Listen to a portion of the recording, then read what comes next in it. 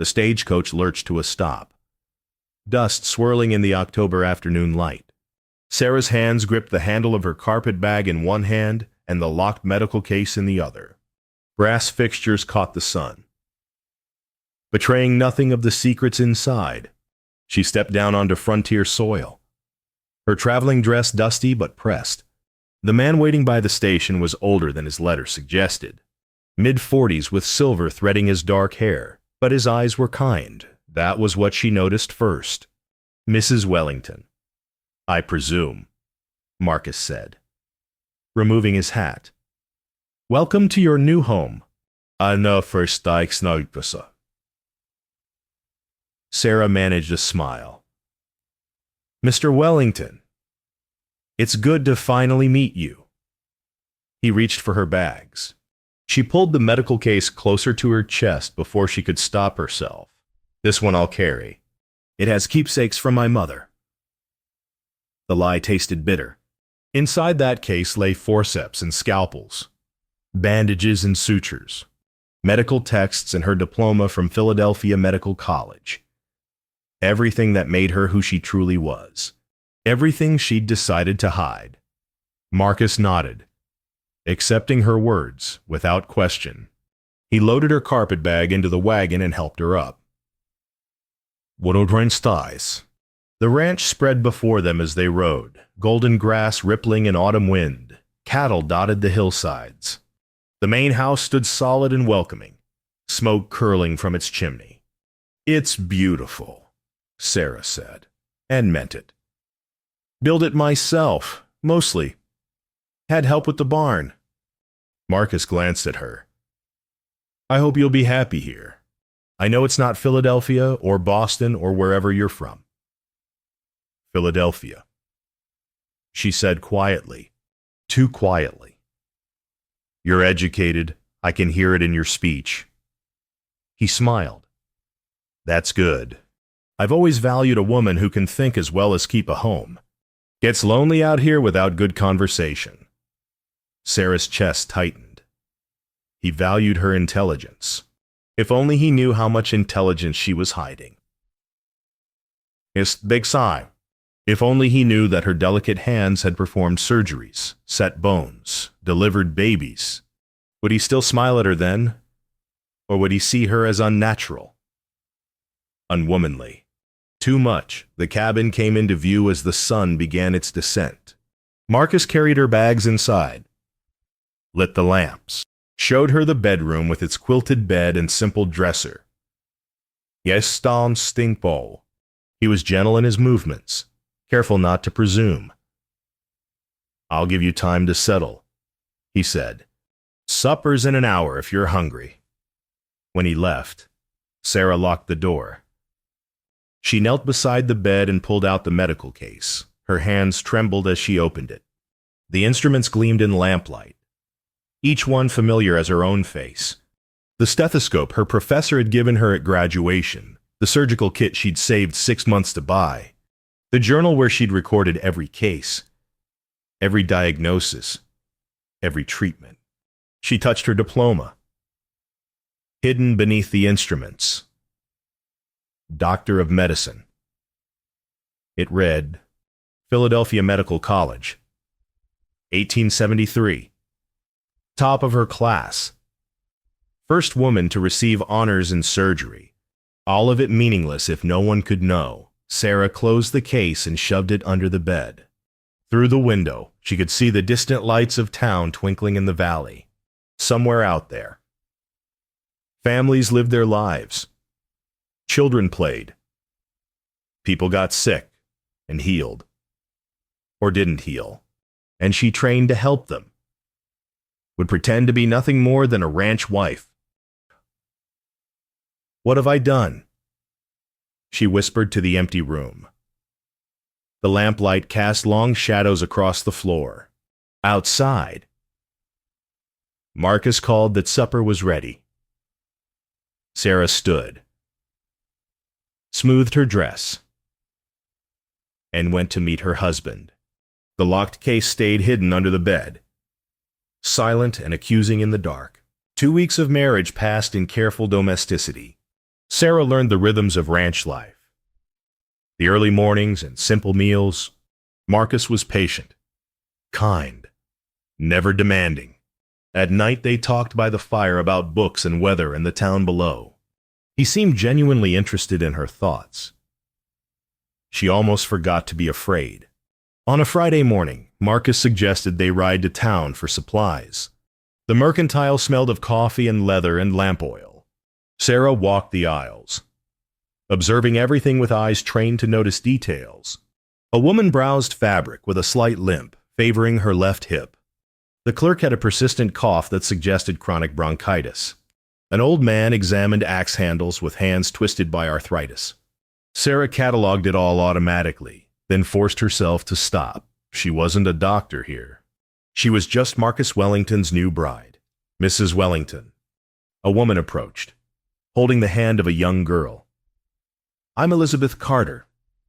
This is my daughter Abigail." Sarah shook her hand, then looked down at the child. Her breath caught. Abigail's cheeks were flushed bright red, almost scarlet.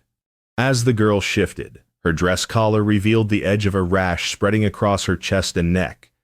The distinctive pattern was unmistakable. Scarlet fever. "She's had a fever for 3 days now," Elizabeth said, worry creasing her face.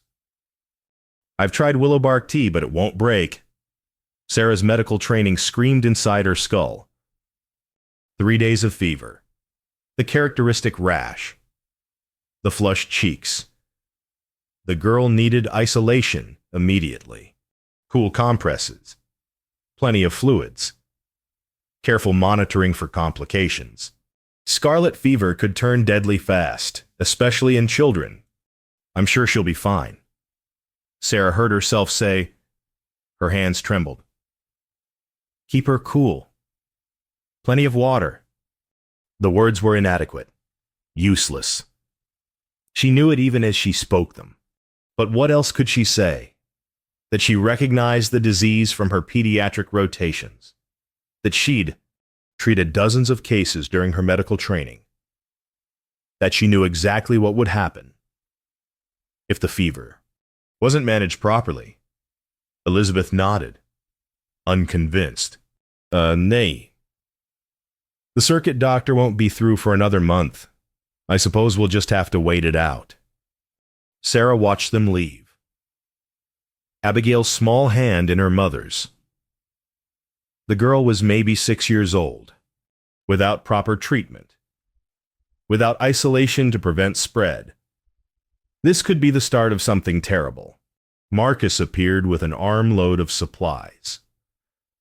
"Ready to head back?" She nodded, not trusting her voice. That night, Sarah waited until Marcus fell asleep. She slipped from bed and retrieved her medical case from beneath the floorboard where she'd moved it for. Extra security. Her hands found the journal by feel in the darkness. She carried it to the window where moonlight filtered through. "Yowan sabwi autis." The entry on scarlet fever stared back at her. Highly contagious.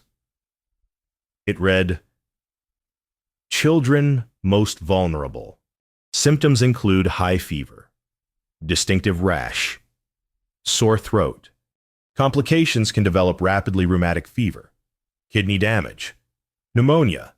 Without proper treatment, mortality rates reach 15 to 20% in children under 10. Sarah closed the journal, pressing her forehead against the cool glass. 15 to 20%. That meant 1 or 2 children out of every 10 could die, and she'd just seen the first case.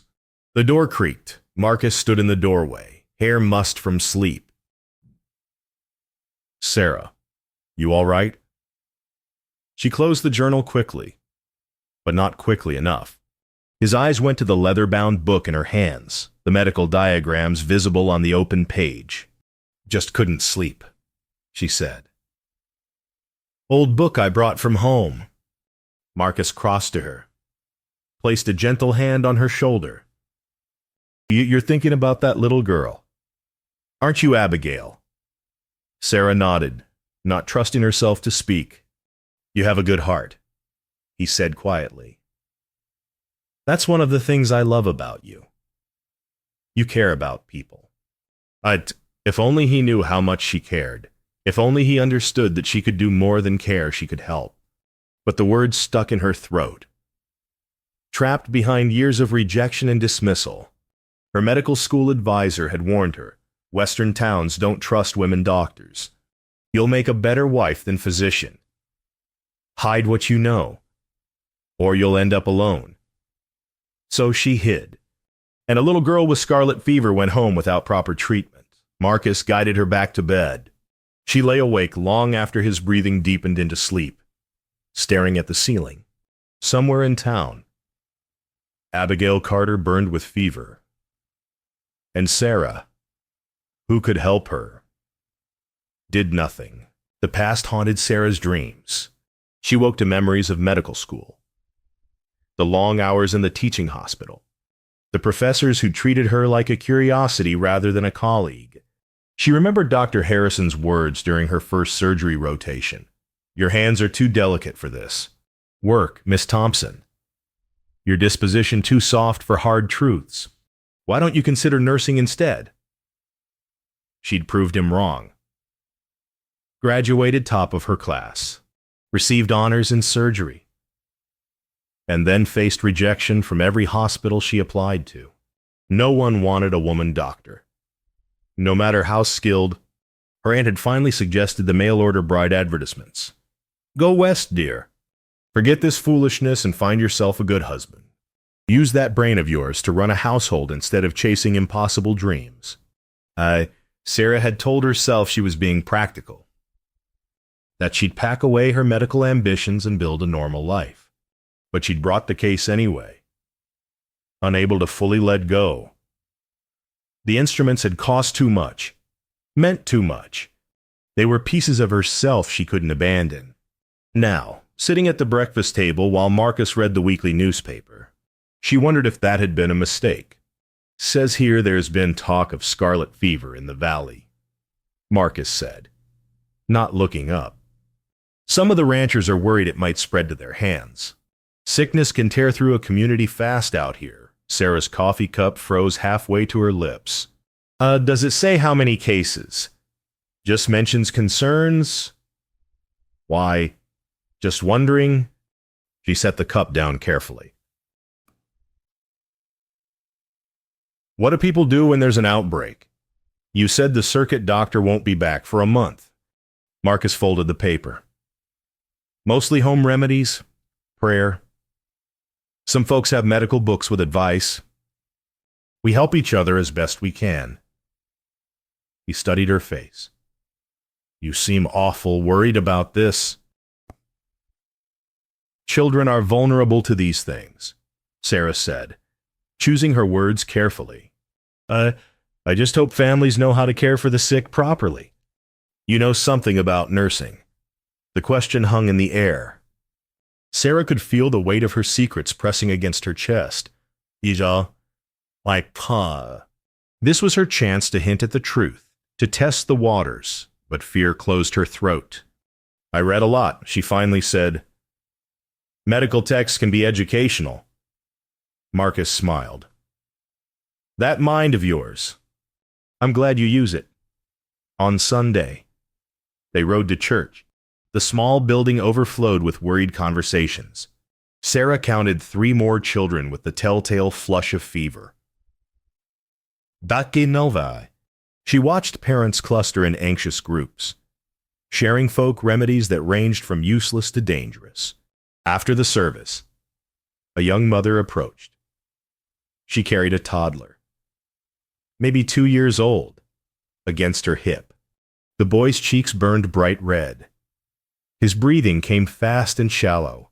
Mrs. Wellington, the woman said desperately. Someone told me you're educated. Please. My Tommy's been sick for 2 days now. His fever won't break. What should I do? Every instinct Sarah had screamed to take the child, examine him, provide proper treatment. Instead, she forced herself to speak calmly, offering instructions that fell far short of what she knew the boy needed. Keep him cool with damp cloths. Make sure he drinks plenty of water. Watch for any rash spreading. If he gets worse. If he struggles to breathe. You need to...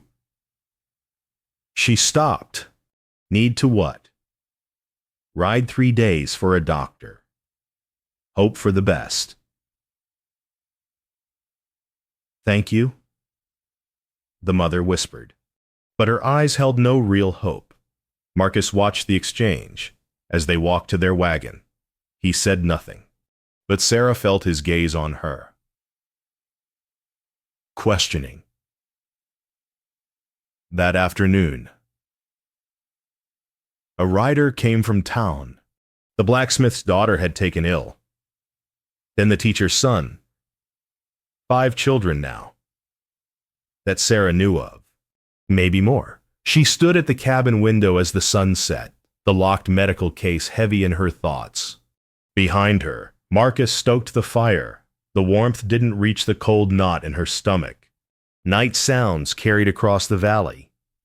In the distance, a child coughed. The sound cut through the darkness like an accusation. Sarah pressed her palm against the glass. Her surgeon's hands. Her healer's hands. Useless because she was too afraid to use them. Marcus came to stand beside her. Talk to me.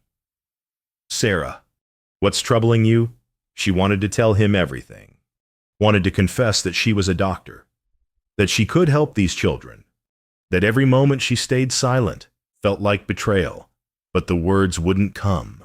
Years of rejection had taught her to protect herself. And protection meant silence. I just wish I could do more. She whispered. It was the closest she could come to truth. Outside, the child coughed again. And somewhere in that cough, Sarah heard the sound of time running out. By Wednesday, 12 children had fallen ill. The town meeting was called in Marcus's barn, the largest building available. Parents crowded onto hay bales, their faces etched with worry. Lantern light cast long shadows across the walls. Sarah sat in the back corner, hands clenched in her lap. She watched and listened and said nothing. The mayor, a weathered man named Jensen, stood at the front. The circuit doctor is still 3 weeks out at best. We've sent riders to the neighboring valley. But their doctor's laid up with a broken leg. We're on our own. A woman near the front spoke up. My Samuel's getting worse. The fever won't break no matter what I try. I'm afraid. Her voice cracked. We all are. Jensen said gently. Now, my grandmother used to say that for fever. You give them whiskey to sweat it out. Oinin sotinitsi. Sarah's fingernails dug into her palms. Whiskey would dehydrate them further. Make everything worse. She bit her tongue until she tasted copper. A farmer suggested cold baths. Too cold too fast could send a child into shock.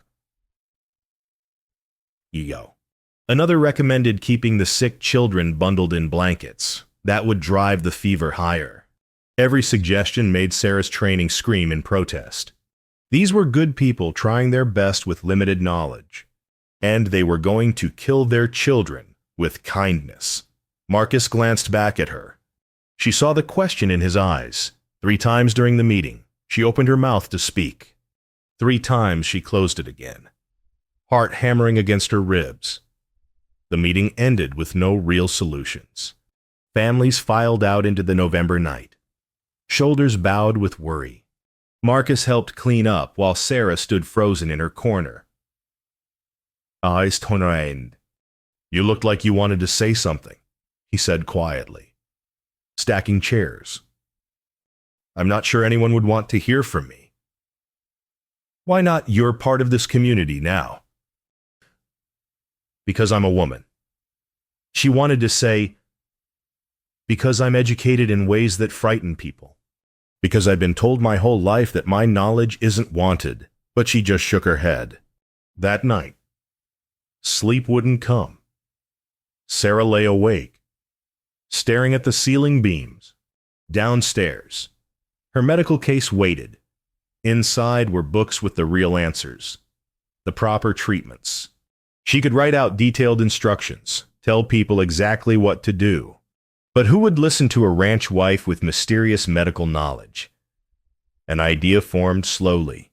If they wouldn't listen to her openly, maybe they'd listen anonymously. She waited until Marcus's breathing deepened into sleep. Then she crept downstairs, retrieved paper and ink from the desk, and began to write by lamplight for scarlet fever. Keep the patient cool but not cold. Tepid water baths. Not ice.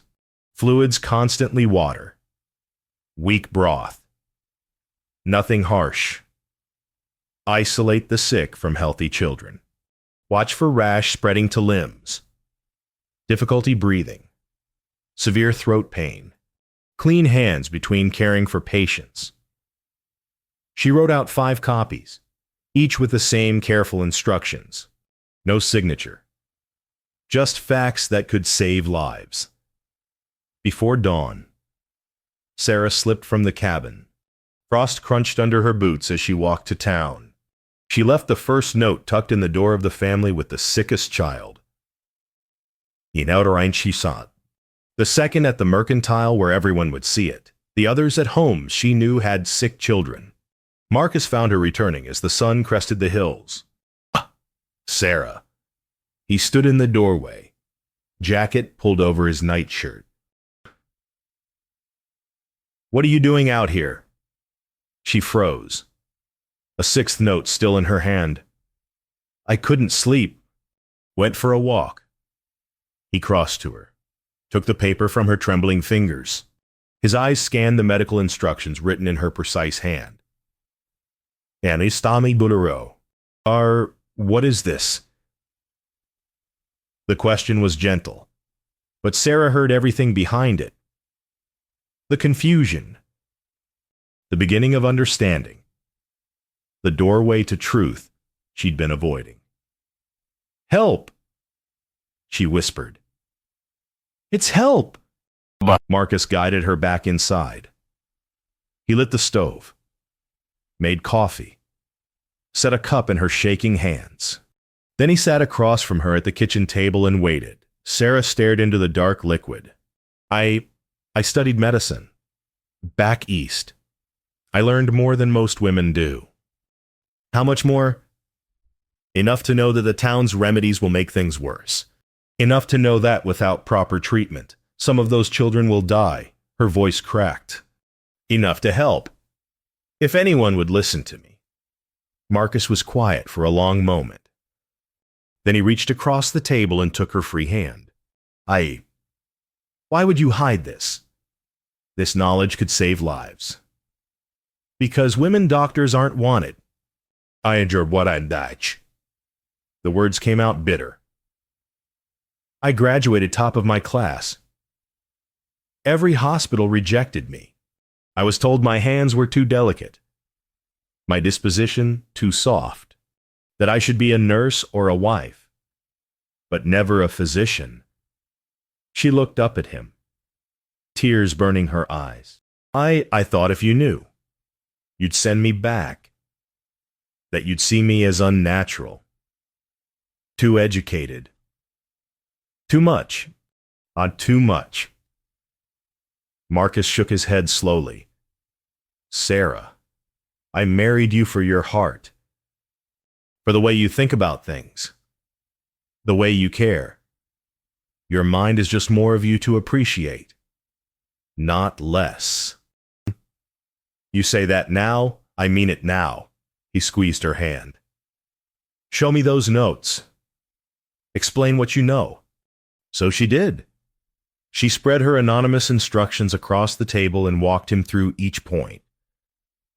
Why cool water worked better than ice. Why isolation prevented spread. Why hydration mattered more than any folk remedy. Marcus listened intently, asking questions that showed he understood. When she finished, he said, You should be out there treating those children yourself. They won't accept help from a woman doctor. Maybe. Maybe not.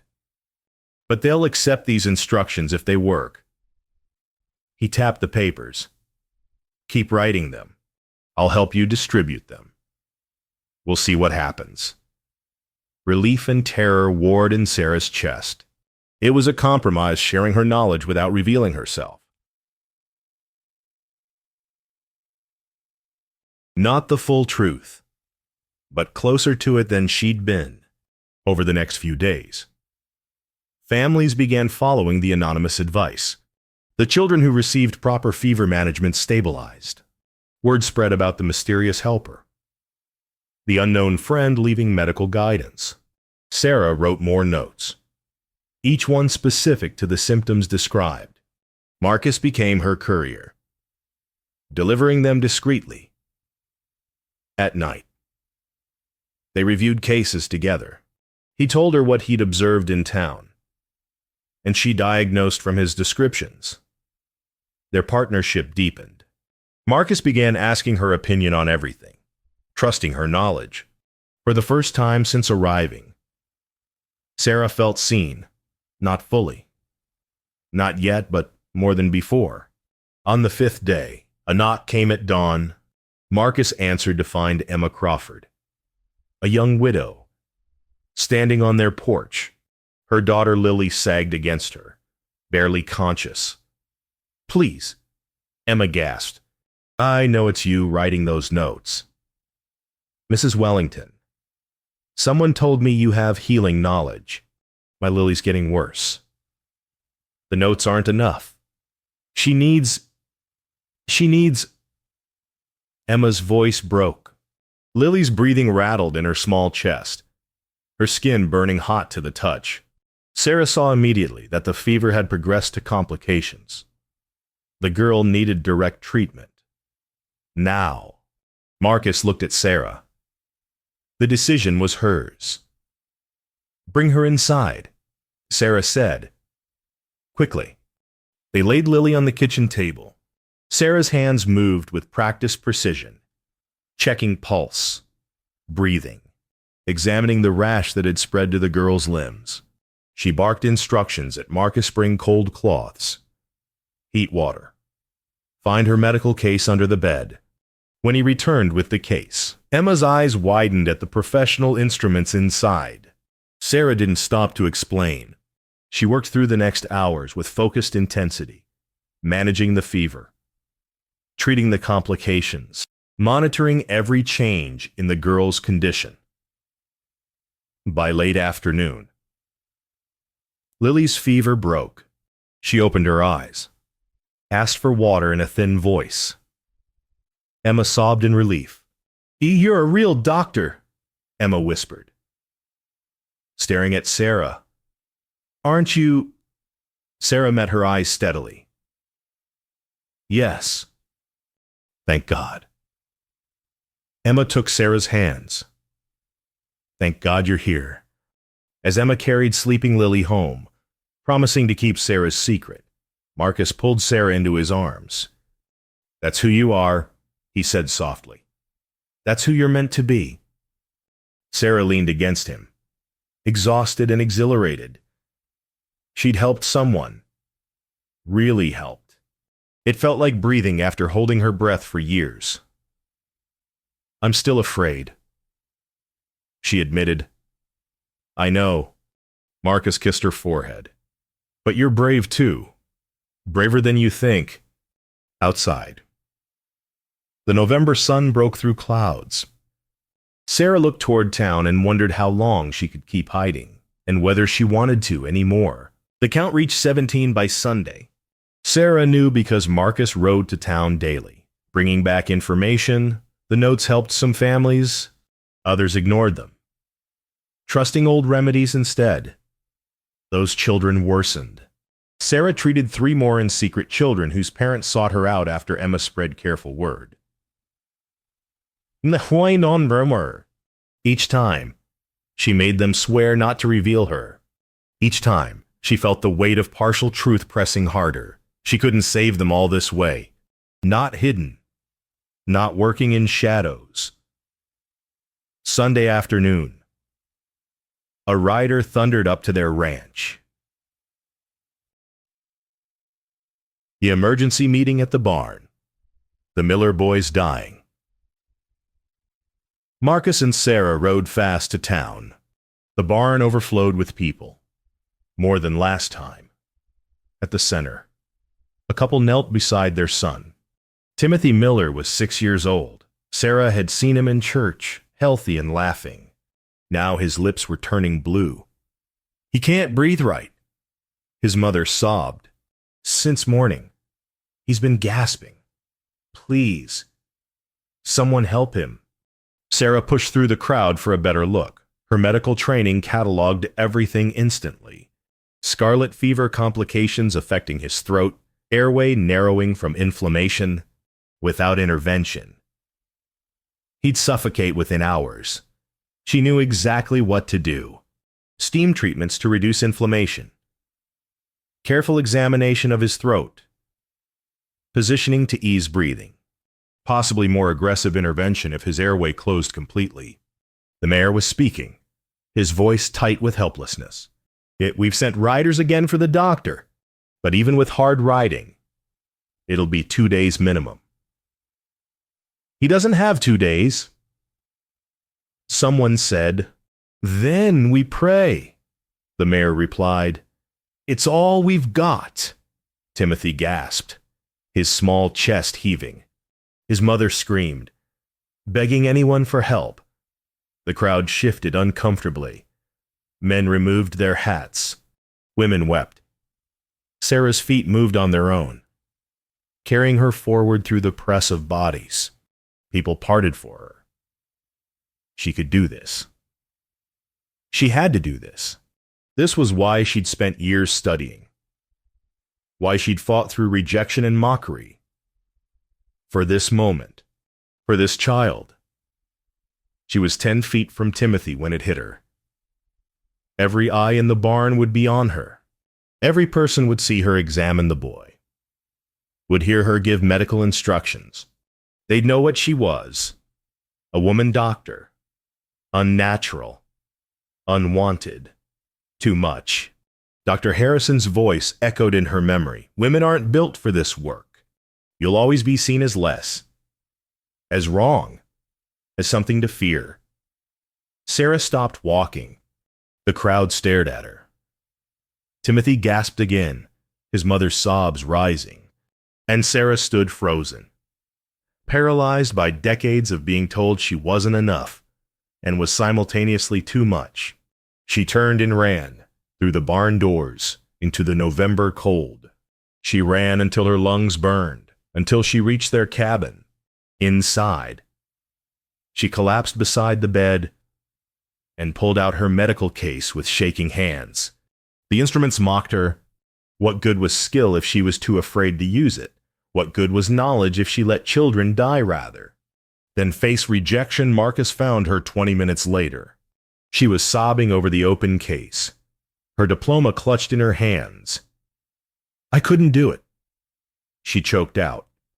"I couldn't. They were all staring, and I ran." He knelt beside her, saying nothing. Just held her while she shook. A horse galloped up outside. Someone pounded on the door. Marcus opened it to find the same rider from before. "Timothy's unconscious," the man gasped. "Doc, he won't last the hour." "Mrs. Wellington, I know you ran, but if there's anything you know, anything at all." Sarah stared at her hands. Surgeon's hands. Healer's hands. Useless because she was too broken to use them. "Please," the rider whispered. Sarah looked at Marcus, then at her diploma, then at the scalpel gleaming in lamplight. Each instrument represented a choice to hide or help. To protect herself or serve others. Timothy Miller was dying, and she was the only one who could save him. The cabin felt too small for the weight of Sarah's failure. She sat on the floor, surrounded by instruments that accused her with their silence. Marcus had returned to town to see if he could help. The rider had left, hope extinguished in his eyes. Sarah held her diploma with both hands. Doctor of Medicine. The words seemed meaningless now. What did a degree matter if she couldn't use it when it counted? She thought of Timothy's blue lips, his mother's screams, the way the entire town had turned to stare at her, waiting for her to do something. And she'd run, just like she'd run from every hospital that rejected her, run from her dreams, run from herself. Sarah closed her eyes and let the memories come. Every surgery she'd performed in medical school, every diagnosis she'd made, every patient she'd helped. She remembered Mrs. Chen, who'd clutched Sarah's hand during a difficult delivery and whispered, "Thank you, Doctor." She remembered old Mr. Patterson, who'd told her, "Don't matter to me if you're man or woman. You saved my life." She remembered her professor, Dr. Morrison, the only one who'd believed in her. On graduation day, he'd said, "Medicine needs people who care more about healing than pride." Sarah, don't let fear stop you from being who you're meant to be. But she had. She'd let fear win. Sarah stood slowly. Through the window, false dawn painted the sky gray. In town, Timothy Miller was dying, maybe already dead, because she'd been too afraid to help him. "No more," she whispered. She gathered her medical case, checking that everything was inside. Stethoscope, forceps, scalpels, sutures, medications. Everything she needed. Everything she was. Sarah walked out into the pre-dawn cold. Frost glittered on the grass like scattered stars. Her breath plumed white in the air. Each step toward town was a choice. Each step was a declaration. She was done hiding. The barn glowed with lamplight. Inside, she could hear crying. Timothy's mother. She thought, or maybe others, maybe she was too late. Sarah pushed open the barn doors. Every head turned toward her. The crowd had thinned, but dozens remained, keeping vigil. Timothy lay on a makeshift bed, his chest barely moving. His father held his mother while she wept. Sarah walked through the silence to stand beside the dying boy. She set down her medical case. The click of the latches echoed in the hush. "I'm Dr. Sarah Wellington," she said clearly. "I graduated from Philadelphia Medical College. I can help your son." For a heartbeat. No one moved. Then Timothy's mother looked up, eyes red and desperate. "I don't care if you're a three-headed goat," she gasped. "Please, save my boy." Sarah nodded once. She opened her case and the instruments gleamed in the lamplight. Professional, real, undeniable. "I'll need boiling water," she said. Her voice steady with authority she'd forgotten she possessed. It clean cloths, a lamp brought closer. "Someone to assist me." People scrambled to obey. Marcus appeared at her elbow. When had he arrived?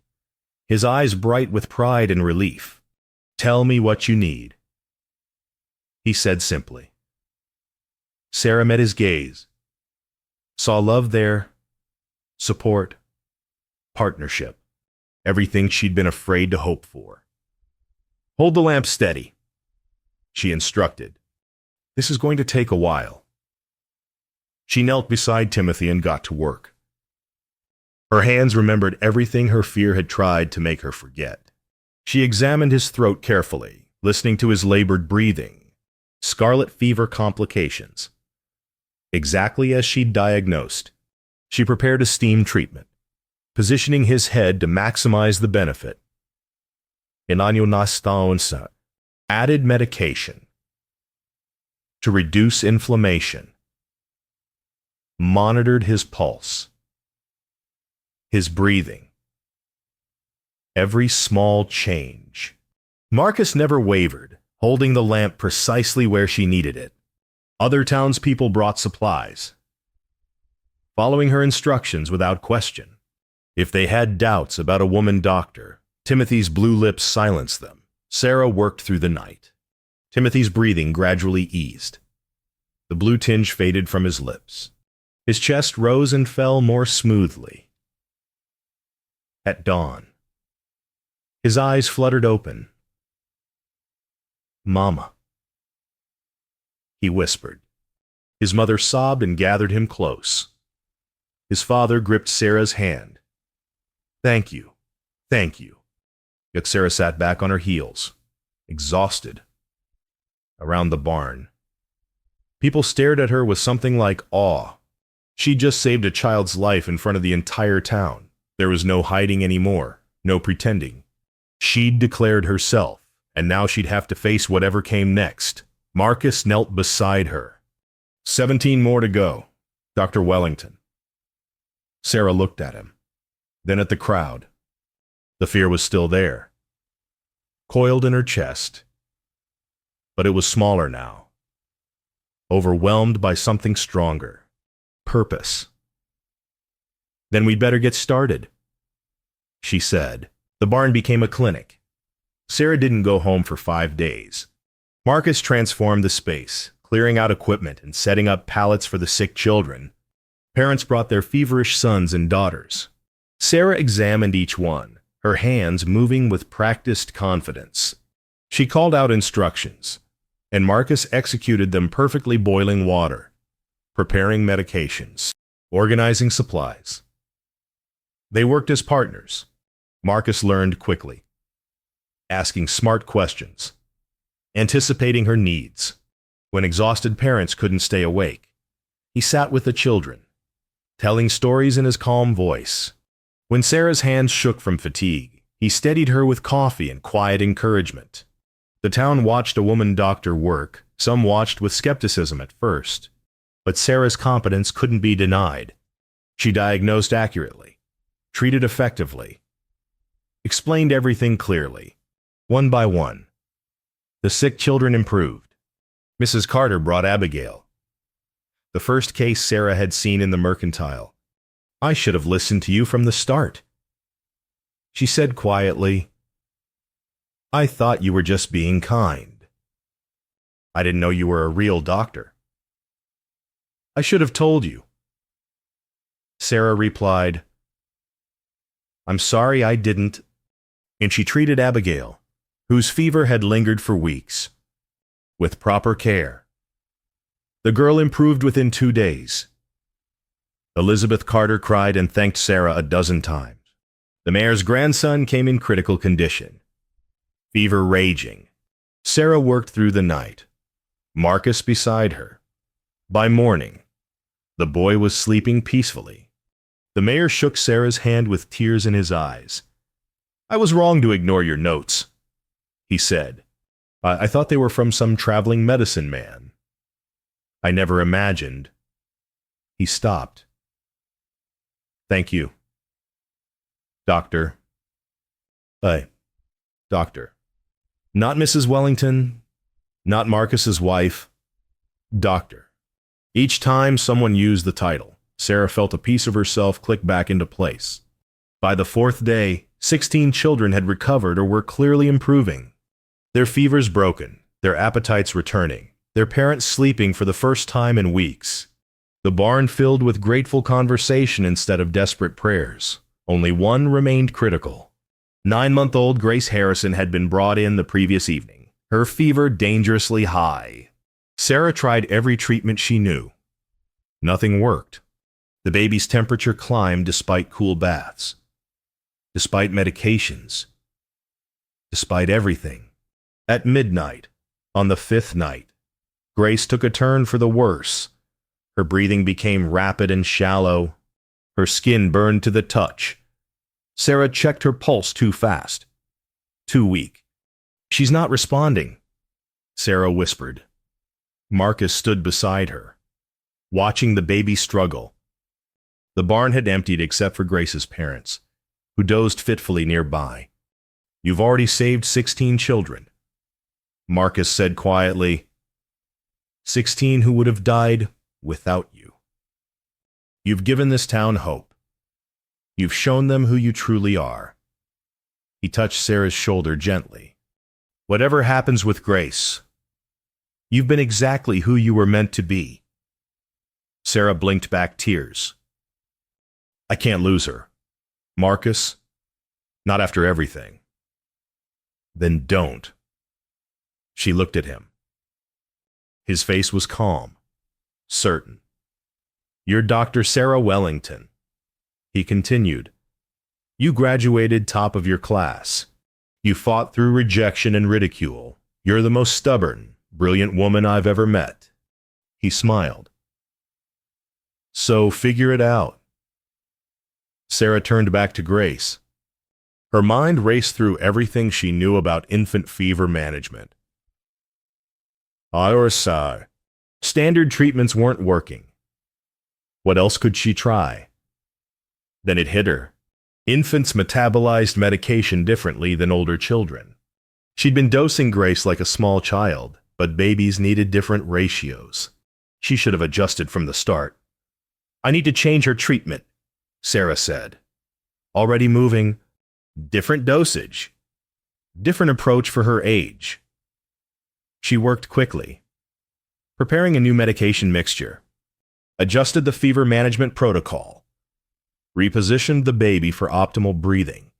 Then she waited, monitoring every breath, every heartbeat.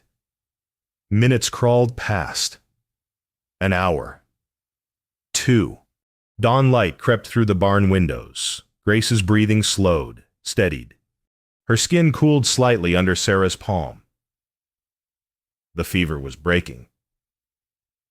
By sunrise, Grace opened her eyes. She looked at her mother and made a small, healthy sound of complaint. The sound of a baby who would live. Grace's mother wept into her husband's shoulder. Sarah sat back, hands shaking from exhaustion and relief. Marcus pulled her into his arms. 17. He whispered against her hair. You saved all 17. Around them, the barn began to fill with families coming to check on their children. They found the last patient improved, Dr. Wellington exhausted, but triumphant, and a miracle completed. The town erupted in grateful celebration. Parents hugged Sarah, thanked her, blessed her. Someone started clapping, and soon the entire barn thundered with applause. Sarah stood in the center of it all, tears streaming down her face. She'd revealed herself, used her gifts, faced her fears, and instead of rejection, she'd found acceptance. Marcus stood beside her, his hand in hers. I'm still worried they won't accept a woman doctor, he asked with a small smile. Sarah laughed through her tears. I think I stopped worrying somewhere around the third saved life. Good, he said, because I have a feeling they're going to need you for a long time. 2 weeks later, early winter settled over the valley with gentle snow. Sarah stood in the barn-turned clinic, organizing supplies for the coming season. The space had been transformed. Clean pallets lined one wall for patients. Shelves held organized medications and equipment. A stove kept the area warm and welcoming. Marcus found her examining her supply list. Dr. Wellington, he said with exaggerated formality. The town council wants to see you. She smiled. That sounds ominous. Maybe they want to run you out of town on a rail after I saved their children. That would be ungrateful. They walked together to the town hall. Inside, the mayor and council members waited. Sarah's stomach fluttered. Old fears didn't disappear overnight, but she stood straight. Dr. Wellington. Mayor Jensen began. We've been discussing the town's medical needs.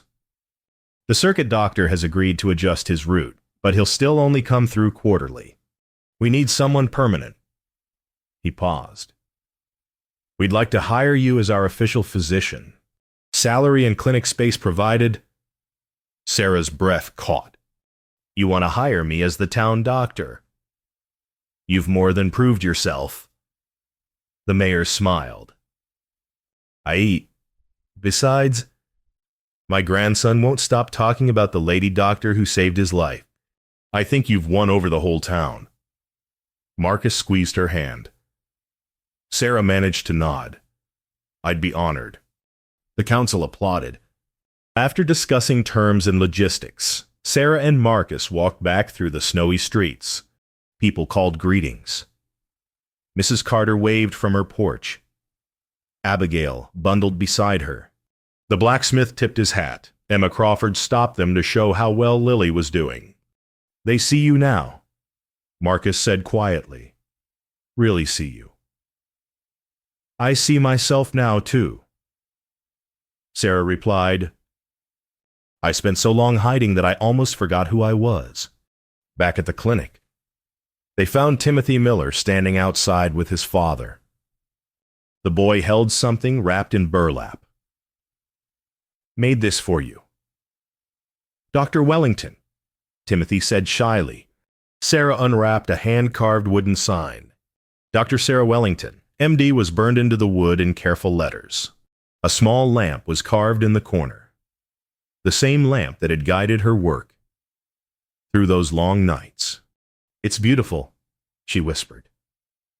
Thank you. Timothy, you saved my life, he said simply. Figured you should have a proper sign. After they left, Marcus helped her hang it beside the clinic door. The sign swung gently in the winter breeze. That evening, Sarah wrote a letter to Philadelphia Medical College. She described the epidemic, the 17 children, the town's acceptance. She wrote about fear and courage, hiding and revelation, being afraid of rejection and finding partnership instead. At the bottom, she added, I am finally practicing medicine as I was meant to. Thank you for believing in me when others didn't. Marcus read over her shoulder. You should send one to that professor, too. Dr. Harrison. The one who said you were too soft. Sarah considered. Maybe I will. I'll tell him that delicate hands and soft disposition saved 17 lives. That sometimes what the world calls weakness is actually strength. I like that. Marcus kissed her temple. Come on, Dr. Wellington. Supper's getting cold. They walked back to the cabin together. Through the window, lamplight glowed warm and welcoming. The same light that had illuminated Sarah's hidden medical case now spilled freely into the world.